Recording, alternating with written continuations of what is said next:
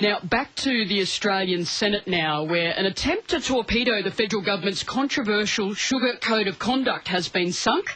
A disallowance motion by New South Wales Senator David Leyonhjelm was defeated comprehensively, 37-18, after the coalition gained the support of the Greens, Independents and One Nation. It's a result that Chairman of the peak body cane growers, Paul Skembry, says is a relief for growers. In fact, I think he said he was ecstatically delighted about it on the Rural Report this morning.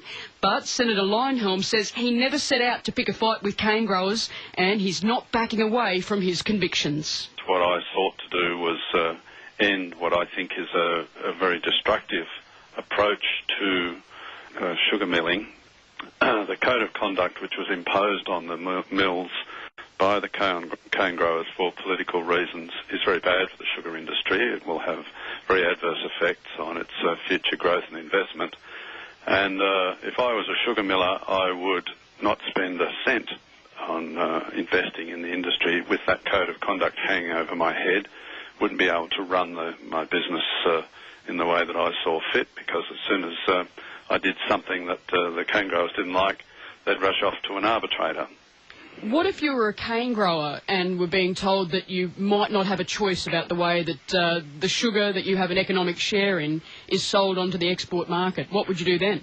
Well, look, Australian commodity producers, whether it's wool growers, wheat growers, potato growers, whatever, are price takers.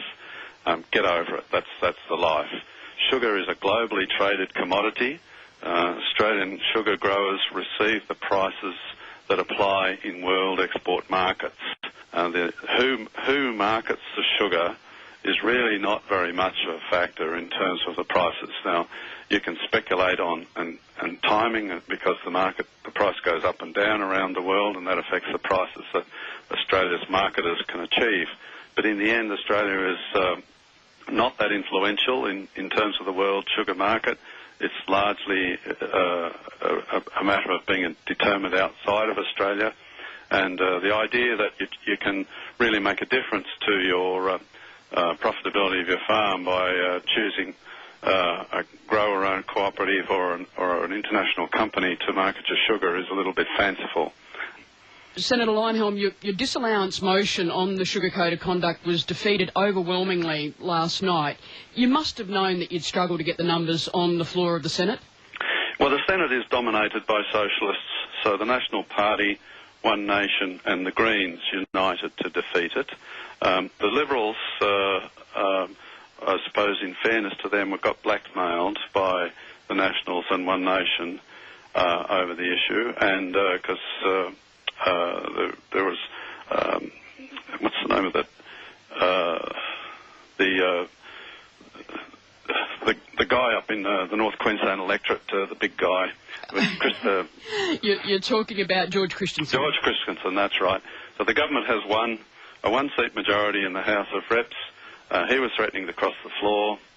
The government couldn't afford to lose a vote. And so they went along with it, but the pressure was coming from the National Party, and then One Nation were trying to outmuscle each other to prove who had the hairiest chest, and so it was an enormously political situation. And of course, the Greens have never seen a socialist collective they don't like, so they signed up to it as well. The only surprise was that I thought the Greens might stick with Labor on this issue. I think Labor took a very practical and pragmatic, reasonable approach to the industry as a whole, rather than just one sector of it. And I thought the Greens might for once be sensible enough to do the same thing, but unfortunately that didn't happen. Senator Leyonhjelm, I'm detecting that you're completely unrepentant in this debate, notwithstanding the defeat that you've suffered on the floor of the Senate. What do you feel that you have achieved? Because speaking with cane growers, they say it's just been a whole lot more uncertainty at a time when they're just trying to get on with the business of getting their crop off and getting that cane to the mill. Well, I'd say to the cane growers, good luck. If you think you're going to be viable and competing with Brazil and other sugar producers around the world, having beaten the crap out of the milling sector, then you're dreaming. You're killing off your industry, and you're to wake up to yourselves. You need a viable investing milling sector to keep you competitive as cane growers. And what you've done is tied them up in knots. They won't be investing because this arbitration can descend on them like the sword of Damocles, and they'll say, well, the hell with that, I'm not spending any more money with that hanging around, and it's not going to be in the interest of the sugar industry, therefore it won't be in the interest of cane growers. I think they're killing off their own industry. New South Wales Senator David Leyonhjelm, thank you very much for talking to the Queensland Country Hour. My pleasure. The Country Hour on ABC Radio Queensland. It's 10 to 1, and it's one thing to lose cattle to thieves who load them up on trucks and drive them away, but